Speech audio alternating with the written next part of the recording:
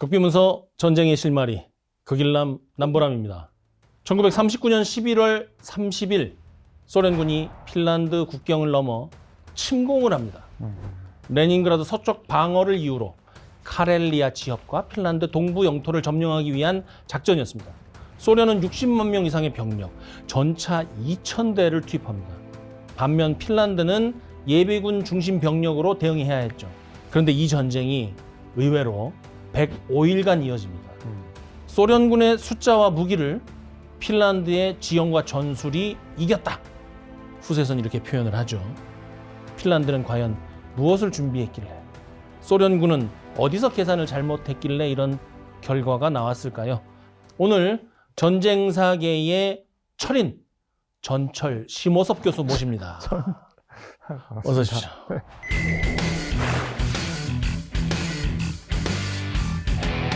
철인 3종 경기 도전하셨다고요? 뭐 예전부터 했던 거라서요. 뭐 특별한 건 없습니다. 네. 철인 3종 경기 어느 순간이 가장 힘듭니까? 아무래도 두 종목을 다 맞추고 달리기 할 때가 제일 힘든 것 같습니다. 달리기 할 예, 때가. 그때는 진짜 내가 왜 이 고생을 사서 하고 있는가 뭐 그런 생각을 많이 하죠. 그럼에도 불구하고 계속 중독적으로 하게 되는 매력이 뭐가 있을까요? 그 골인을 하고 나면은 그 모든 고통과 뭐 이런 것들이 다 날아가 버립니다. 그러면서 이 다음 대회는 어떤 걸 나가지? 하면서 제 자신을 좀 돌이켜 보면서 좀 되잡게 되는 계기가 생기는 것 같아요. 예. 멋있고 부럽고. 언제 같이 한번 좋습니다. 해보시죠. 네. 일단은 뭐 한강 수영부터 한번 하시죠. 한번 같이 갔다 왔다 보시죠. 네, 알겠습니다. 겨울에. 네. 오늘 겨울 전쟁이잖아요. 네. 겨울 전쟁 당시에 극비리에 발송된 전문 하나를 확보했습니다. 새벽 5시 20분에 핀란드에 있던 미국 공사 쉔펠드라는 사람이 있어요. 국무장관 극비로 전문을 하나 보냅니다. 자, 이 문서는 겨울 전쟁이 발발한 1939년 11월 30일 오전 5시 20분에 수신한 내용입니다. 핀란드 주재 미국 공사가 본토로 보낸 전문이죠. 그 내용을 한번 좀 볼까요? 9시 20분, 그러니까 오전 9시 20분에 소련의 지금 보면은 쌍발기 비행기가 헬싱키 상공을 저고도로 비행을 했고 네. 핀란드군 대공포에 의해서 공격받았다라는 내용이 있고요. 그 다음 내용은 오전 10시 20분에는 소련의 경폭격기 9대가 헬싱키만에서 요새를 공격을 했고 대공사격으로 10시 25분에 퇴각했다라는 지극히 사실을 이야기를 하고 있습니다. 개전일 아침에 소련의 침략 상황을 굉장히 건조하게 묘사한 거라고 볼 수도 있고 네네. 일반적인 보고서라고 얘기할 수도 있을 것 같고요. 핀란드 주재하고 있는 미국 공사로서 당연히 해야 할 일을 했을 것이다. 이렇게 생각할 수도 있을 것 같은데 소련이 침략 전쟁을 한 거니까. 그렇죠. 네. 근데 이 문서를 보여드리는 이유가 있습니다. 이 문서 때문에 미국이 이후 소련을 어떻게 대할지를 결정하는데 큰 지침이 세워진 겁니다. 지금 이때가 언제냐면 2차 세계대전이 벌어진 직후예요. 그런데 핀란드를 침공하려는 소련의 노력은 그 이전부터 됐다는 거죠. 소련은 1차 세계대전하고 러시아 내전 또 러일 전쟁을 경험하면서 우리 국경이 너무 확장이 돼서 위성국가를 내세워서 완충지대를 안 만들면 불안하다. 이 불안한 의식을 계속 내비치고 있었고 결국 2차 세계대전이 발발하자마자 핀란드를 침공을 했던 것이죠. 위성국가를 확보하기 위해서. 폴란드. 그렇죠. 미국은 여기에서 이제 판단을 한 겁니다. 소련은 앞으로도 이런 확장적인 정책, 침략적인 정책을 지속하겠구나. 그리고 그러한 전쟁을 일으킬 때는 지금 이 핀란드를 공격한 것처럼 항상 기습적이고 불법적으로 그리고 기존에 맺었던 협약을 전부 무시하면서 침략 국가가 될 가능성이 높겠구나 하고 판단을 했단 말이죠. 네. 그렇기 때문에 이 문서가 굉장히 중요했고 특히 이 쉔필드라는 사람이 1937년부터 42년까지 헬싱키에 계속 주재하면서 계속해서 보고를 합니다. 소련이 이렇게 행동하고 있다, 대응하고 있다. 굉장히 침략적인 모습을 봤기 때문에 이것이 굉장히 중요한 문서고 여러분들에게 미리 핀란드의 겨울 전쟁에 앞서서 보여드린 겁니다. 네. 우리가 1939년 11월 30일이라는 날짜를 외우면 좋은데 이 날에 시작된 겁니다. 이 날에 그러면 왜 전쟁이 시작됐던 것일까요? 그러니까 4일 전인 11월 26일에 소련군이 이제 국경 마을이었던 마이닐라에서 소련군이 핀란드군으로부터 총격을 받았다고 주장을 합니다. 총격을 받았다. 네, 그걸 빌미로 이제 핀란드를 공격하게 되는 건데 조금 더 구체적인 그 과정을 보면은 네. 네, 국경 충돌을 빌미로 핀란드군에게 그래, 너희 국경으로부터 24km를 물러날 것을 요구를 합니다. 허허. 당연히 핀란드는 말을 안 들었겠죠. 말도 안 되는 소리죠. 네, 그러자 소련이 이틀 뒤에 불가침 조약을 파기를 하고 곧바로 29일에는 외교 관계를 단절한 다음에 30일 날 일방적으로 이제 침공을 하게 되는 거죠. 그래서 이 사건을 마이닐라 발포 사건이라고 얘기를 하죠. 네. 이 마이닐라 사건은 네. 겨울 전쟁이 시작된 11월 30일로부터 4일 전 11월 26일에 일어나죠. 소련 국경 인근에 마이닐라라는 마을이 있어요. 여기에 폭격이 가해진 거예요. 소련이 뭐라고 그랬냐면 이것이 핀란드의 공격이다. 이렇게 주장을 하면서 전면 침공의 빌미를 삼은 겁니다. 근데 훗날 분석에 따르면 이것은 소련이 침공 명분을 만들기 위한 위장 사건이었다. 이렇게 얘기가 돼요. 일본이 중일전쟁 일으켰던 노구교 사건이나 그렇죠. 전형적인 사례인 거네요. 네, 오늘날도 마찬가지인데 멀리까지 갈 필요도 없습니다. 2022년에 러시아가 우크라이나 동부 지역 공격할 때 어떻게 했습니까? 친러 분리주의자 러시아계 주민이 공격을 당하고 있다는 소문을 부풀려서 그것을 명분으로 해서 침략을 했잖아요. 그러니까 이것은 항상 있는 일입니다. 항상 이런 걸 당할 수 있다는 것을 알고 우리가 주의를 해야 됩니다. 핀란드는 어떻게 대응을 했나요? 핀란드는 뭐 단호히 거부를 했는데 사실 이 영토 요구가 이때 시작된 게 아닙니다. 아, 전부터 땅을 달라고 그랬구나. 네, 그러니까 아까 이제 박사님 말씀하신 그게 근원적인 이유인데 소련은 그 법보전을 계속 만들려고 하는 거잖아요. 네. 자국의 안보를 위해서 뭔가 그런 좀 중간 지역을 만들어서 충분히 그렇죠. 우리는 방어를 하겠다. 뭐 이런 생각을 가지고 있었는데 핀란드가 1917년까지는 러시아 영토였다가 러시아가 붕괴된 이후에 적백내전을 거쳐서 독립이 됐는데 핀란드 영토를 가만히 보면은 소련의 그 전략적 요충지인 발트해 항구와 그 다음에 최대 산업 도시였던 레닌그라드랑 너무나 가깝습니다. 맞아요. 그리고 그 사이에 뭐가 있냐면 이제 지협이 하나 있어요. 그래서 그 지협이 이제 우리가 흔히 말하는 카릴리아 지협이라고 하잖아요. 네, 맞습니다. 폭이 한 80km 정도밖에 안 되는데 왼쪽으로는 핀란드만이 있고 오른쪽으로는 라도가우스가 있는 거기가 어떻게 보면 핀란드랑 레닌그라드를 잇는 직선 통로 이거를 계속 소련이 핀란드한테 할양할 것을 요구를 하죠. 소련으로 봤을 때는 네. 여기 너무나 전략적인 곳이고 네네. 내가 차지하면 너무나 좋지만 그렇죠. 만에 하나 적국이 차지하면 내 옆구리로 칼이 들어와 있는 거나 네. 마찬가지잖아요. 그러니까 지금은 핀란드 영토이기 때문에 핀란드한테 이만큼은 우리가 가져갈 테니까 대신 우리는 뭐 조그마한 거 줄게. 네. 핀란드 입장에서는 당연히 이거는 거부할 수밖에 없는 상황이었던 그렇습니다. 거고요. 네. 또 한 가지 지금 굉장히 황당한 요구인 게 네. 원래 2차 세계대전 벌어지기 전에 독일하고 소련이 비밀 협약을 맺었잖아요. 네. 그러면서 전쟁이 서유럽에서 곧 날 것인데 전쟁이 나더라도 우리 옛날처럼 독일하고 러시아, 소련이 서로 싸워갖고 피 보지 말고 그 서유럽에서 미리 가질 땅을 나눠서 나중에 싸우지 말자. 네. 그렇게 했을 때 폴란드는 독일 거, 핀란드는 소련 거 이렇게 정해놨단 말이죠. 그거를 이유로 소련이 핀란드에 이렇게 우리가 얘기했거든, 독일이랑 얘기 다 됐거든, 너네 땅 내놔 이러니까 당연히 핀란드는 너무나 황당한 거죠. 그렇죠. 소련이 이렇게 되자 1932년에 원래 핀란드와 불가침 조약을 맺었었잖아요. 이거를 파기를 하고 급습을 하죠. 무려 50만에 달하는 병력을 동시에 전전선에 걸쳐서 출동시켰다고 하는데 실은 전 전선은 아니고요. 주공 방향은 아까 얘기한 카렐리아 지역이었습니다. 네네. 여기에 제7군, 13군을 보내죠. 이들의 목표는 결국 수도로 가는 거죠. 그렇죠. 핀란드로. 네. 헬싱키로 이제 가는 겁니다. 네. 그리고 동시에 그 라도가 호수 여기가 또 굉장히 중요한 지역이잖아요. 네. 그리고 또 수오무살미 겨울 전쟁하면 항상 나오는 지명인데 이쪽으로 조공을 삼아서 제8군과 제9군을 투입합니다.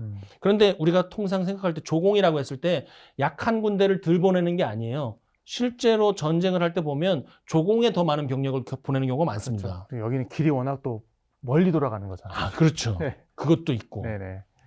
그리고 또 너무나 이거 모든 것을 다 하려고 해서 안 된 것 같기도 해요. 극북지대, 더 북쪽 라플란드 쪽이 있거든요. 여기는 14군을 배치를 해서 일종의 그 후방 차단이라고나 할까요?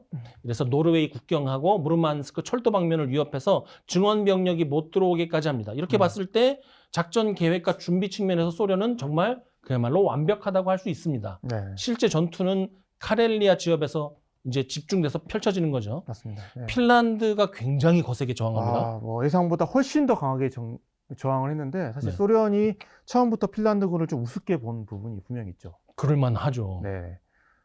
왜냐하면 보병 전력도 적을 뿐만 아니라 당시에 이제 뭐 전장을 지배할 거라고 생각하는 전차나 아니면 항공기 이런 숫자는 절대적으로 열세였던 거고, 소련군 같은 경우는 이제 거기에 비해서 제전 초기에는 아까 말씀하셨다시피 주공은 이제 7군이 중심이 됐고 네. 전쟁 기간 동안 거의 100만 명 정도를 저항했다라고 100만. 이야기까지 할 네. 정도인데, 결국에는 뭐 야포만 해서 5,700여 문, 네. 뭐 그 정도의 규모를 가지고 있다고 하니까 그 당시에 네, 뭐 어마어마한 이제 동원을 했던 거죠. 네. 핀란드에 그렇게까지 보낼 필요가 있었을까요? 처음에는 사실 그 정도는 아니었고 네. 한번 안 되니까 점점 더. 많은 걸 이제 동원했죠. 야, 소련이 진짜 소련했네요. 네. 그 무모하게 병력 가지고 밀어붙인 건데, 핀란드는 그런데 그렇게 할 만한 여력이 지금 없잖아요. 핀란드는 인구 자체가 일단 워낙 적습니다. 뭐 한 어느 정도? 370만 정도. 아유, 야, 그거 갖고 어떻게 했지? 그래서 전체 병력도 다 해서 28만 정도를 이야기했는데, 실제로 이제 동원 계획에 따르면 우린 14개 사단 정도를 동원하겠다. 근데 한 개 사단의 병력이 3,000명밖에 안 됩니다.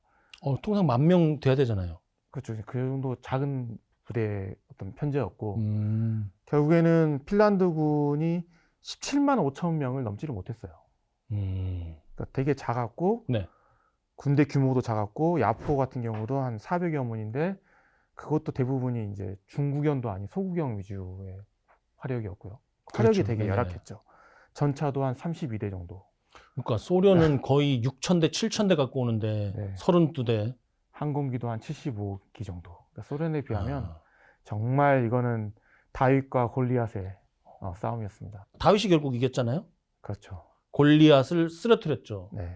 이 겨울 전쟁이 끝나고 나서 사상자 수만 비교해 보더라도 누가 작전적으로 이겼는지는 알 수 있을 것 같습니다. 소련이 사망자가 13만 명이에요. 실종자는 26만 5천 명.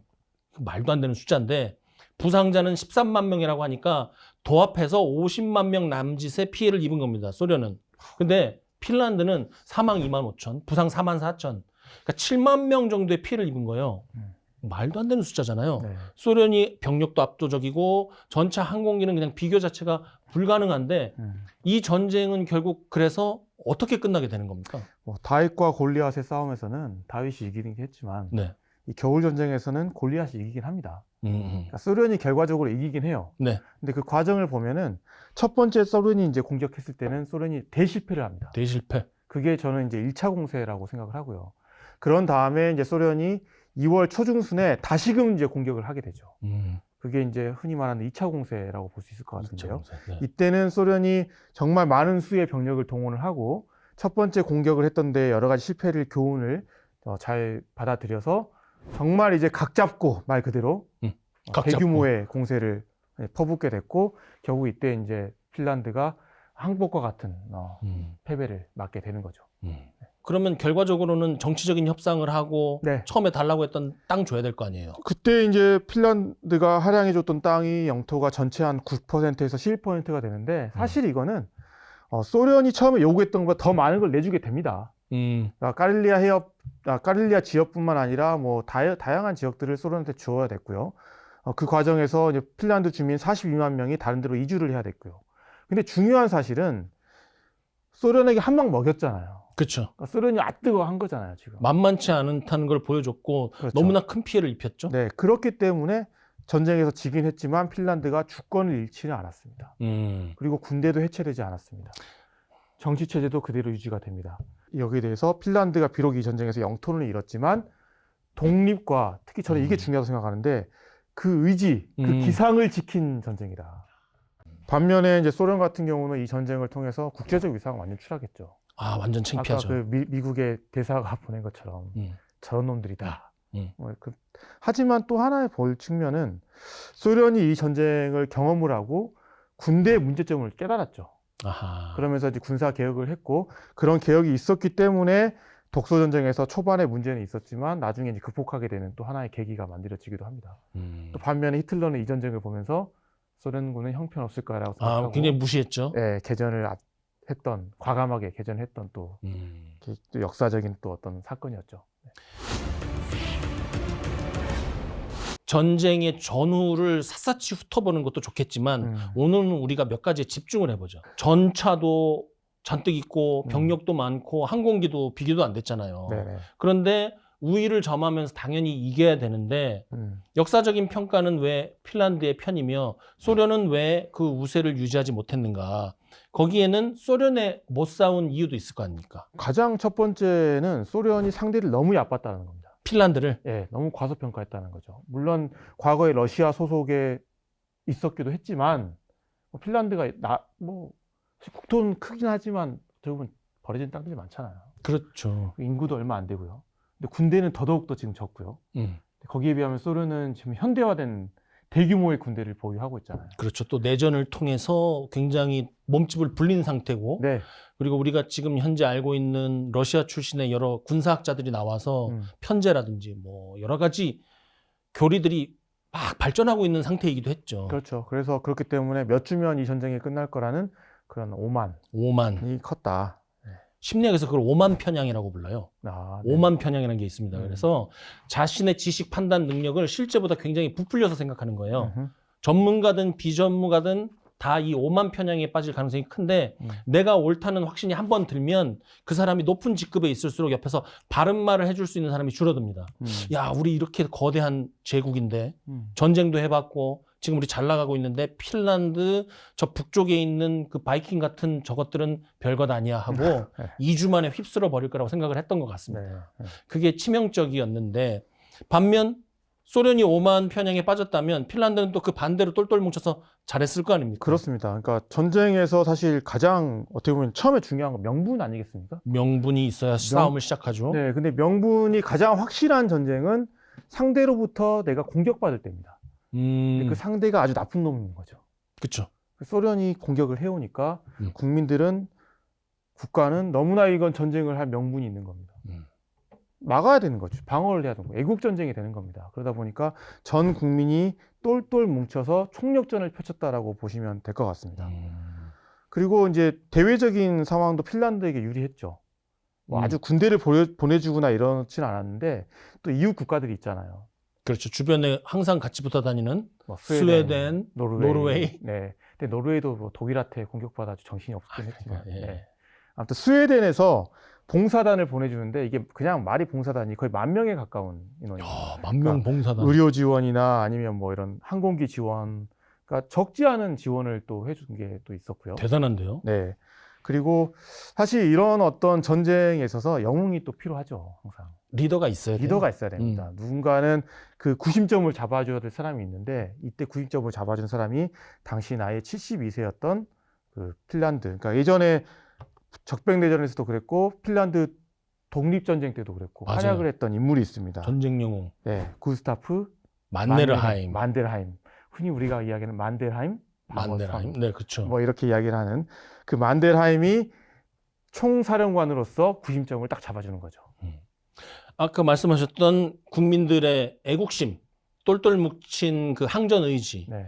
또 리더들이 나와서 그러한 애국심과 항전 의지를 끌고 가는 거. 이게 공통점인 것 같아요. 그렇습니다. 네네. 핀란드처럼 절대 열세에 놓였지만 이긴 사례를 우리는 알고 있잖아요.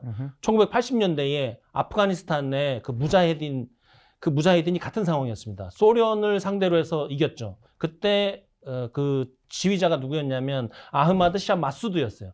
이 사람이 국민들의 그런 어떤 의지, 저항 의지를 가지고 게릴라전 전술을 창안을 해서 소련을 오랫동안 괴롭혔고 결국 철수하게 만들었죠. 또 1994년에 결과적으로 전쟁은 졌습니다만 체첸이 그 두다예프를 중심으로 해서 러시아 정규군에게 큰 타격을 입히고 우리가 이 겨울 전쟁에서 봤던 탁월한 리더십, 국민들의 항전 의지, 그것이 합쳐져서 나온 군대의 창의적인 전술, 이런 공통점이 있었던 것 같아요. 그리고 또 얘기할 것이 하나 있는 것은 뭐 전쟁의 명칭이 그렇잖아요. 겨울 전쟁. 겨울 전쟁. 예. 이거는 겨울이 그냥 이긴 것 같아요. 겨울이 핀란드의 편이었다. 숲과 늪, 빙설로 뒤덮인 지형, 그리고 더군다나 12월이었잖아요. 네네. 12월에서 2월 사이의 평균 기온이 그냥 매일 영하 30도 이하래요. 소련군에게는 이것이 굉장히 지옥이었던 셈이죠. 소련도 맨날 저 위에 시베리아만 생각해서 그런데 소련도 이 남부 쪽은 따뜻합니다. 네. 우리나라가 더 춥다고 느끼는 주민들도 많아요. 네. 그러니까 하필 또 여기에 투입됐던 부대가 우크라이나 군광구 소속에 있었던 사단들이었습니다. 그러니까 여기는 비교적 온화한 따뜻한 지역에 있던 부대들이 그 동계 전투에 대한 준비도 없이 급하게 지금, 그러니까 소련도 이 전쟁을 아주 오랫동안 기획한 게 아니라 정말 급박하게 빨리 결정해서 네. 정말 빨리 동원해서 보냈던 거예요. 거기다 또 보안 지킨다고 얘기도 잘 안 해줬을 그렇죠. 거예요. 그러니까 게다가 또 핀란드에 대한 정보도 부족했거든요. 이 음. 지형에 대한 정보, 뭐 기후에 대한 정보 이런 것들이 많이 부족한 상태에서 추위에 적응도 안 된 부대들이 투입돼서 소련, 사실 저도 이미지적으로는 뭐 러시아인들도 겨울에 단련된 사람들 아니야? 라고 했지만 전혀 아니었다라는 이야기를 좀 드리고 싶고요. 여기에 익숙했던 핀란드군 같은 경우는 기상천외한 창의적인 전술, 그 수단이 뭐냐면 바로 스키와 썰매입니다. 스키가 전쟁에 도입된 게 이게 처음이에요. 아, 뭐 되게 네네. 유명하죠. 네네. 이게. 네. 아, 네. 요즘에 우리 스키장 가도 특전사가 와서 스키 훈련도 많이 하고요. 한국에서 산악 지역에서 겨울에는 스키가 유용하겠다라는 거는 여전히 우리 군도 가지고 있는 생각인 것 같고, 네.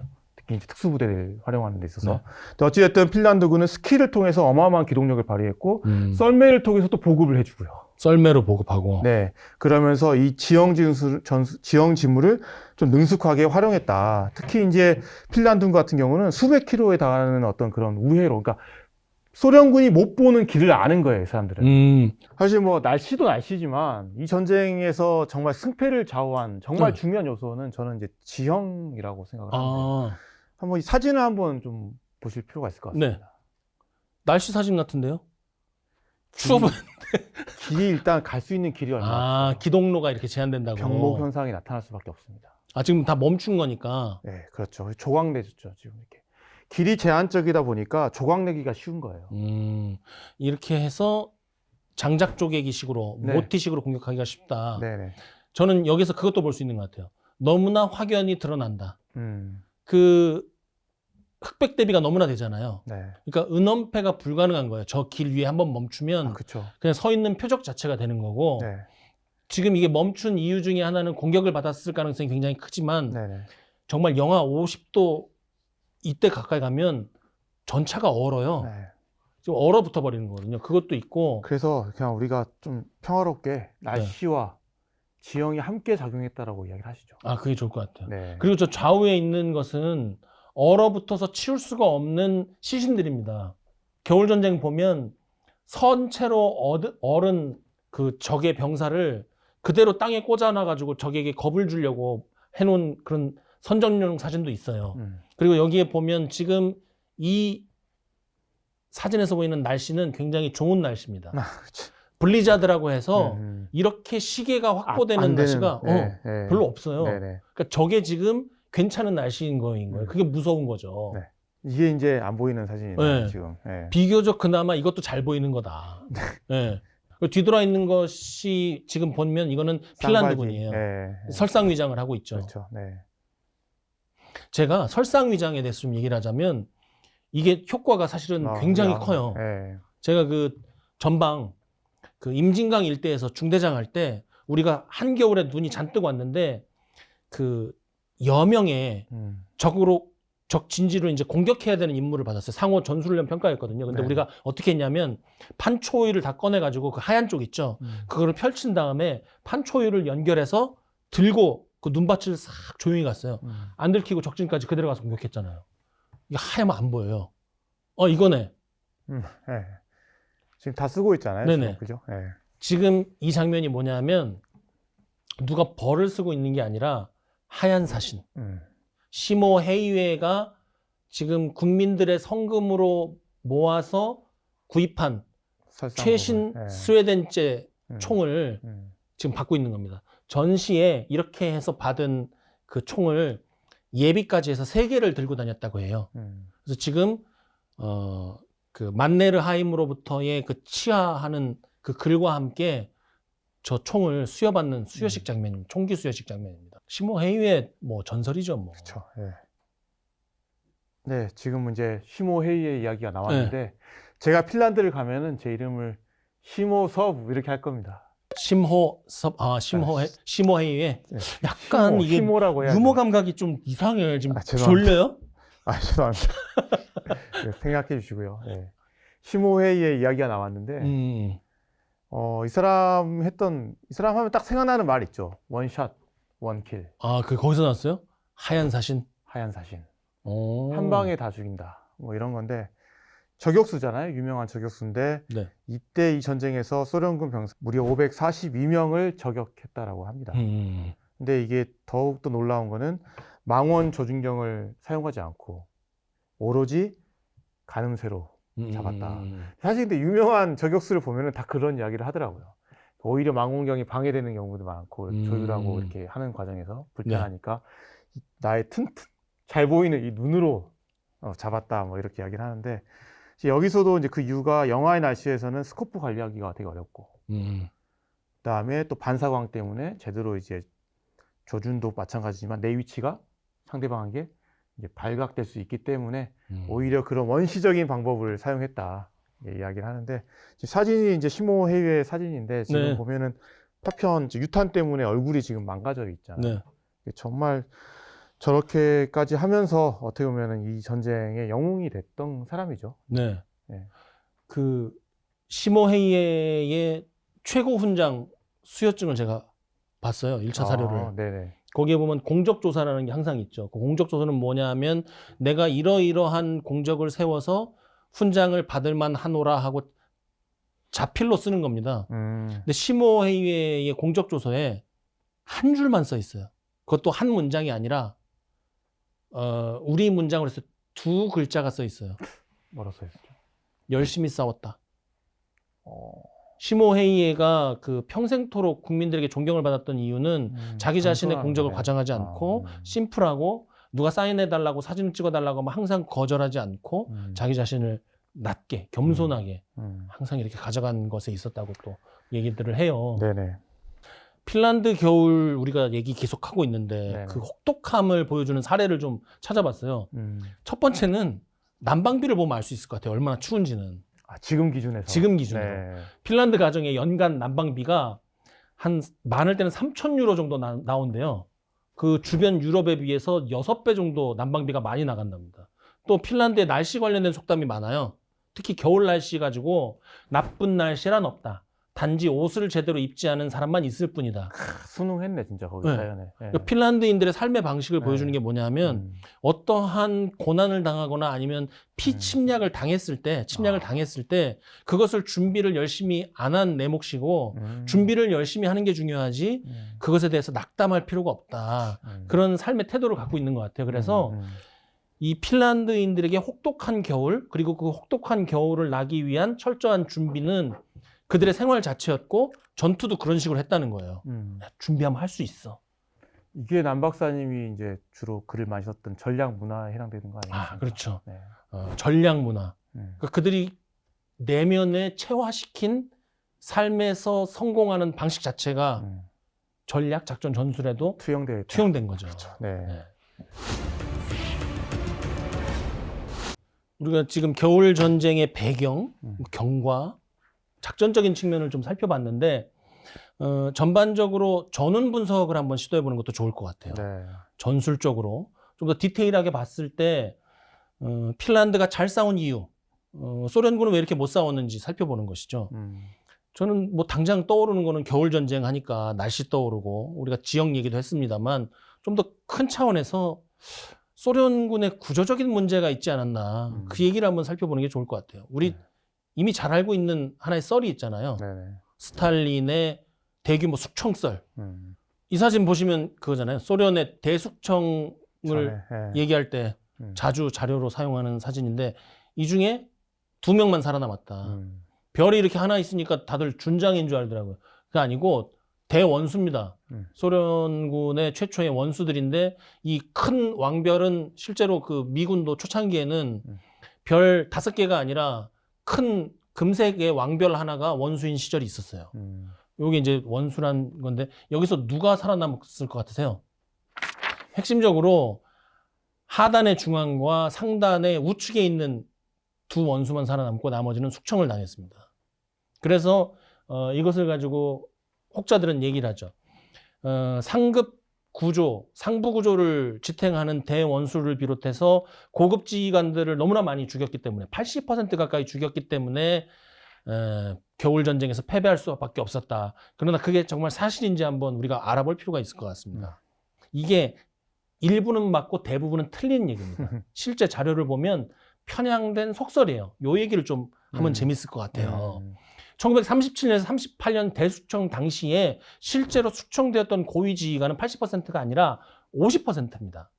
그것도 물론 많죠. 인재 손실이 있었죠. 하지만 실제 소련 내부를 들여다봤을 때 그 군대 내부에서는 좋아하는 분위기였다고 해요. 왜?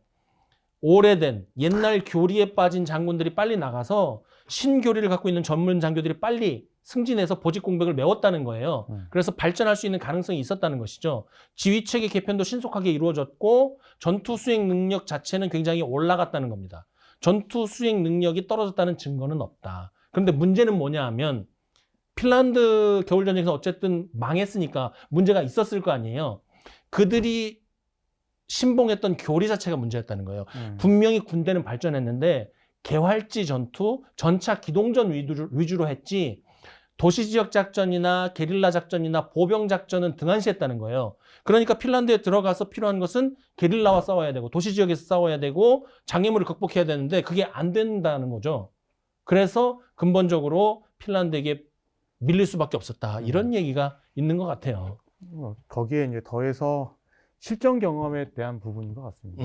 결국에는 새로운 사람들이 나와서 뭔가를 해야 되는데 경험이 일단 없다 보니까 이때 어떻게 보면 배우는 과정이라고도 볼 수 있을 것 같고 그런 측면에서 11월 초중반부터 했던 작전은 대실패를 했지만 2월 초중반부터 했던 새로운 작전은 또 성공을 하잖아요. 소련군이. 네. 그러고 보면 그 한 달 반, 두 달의 그 기간 네.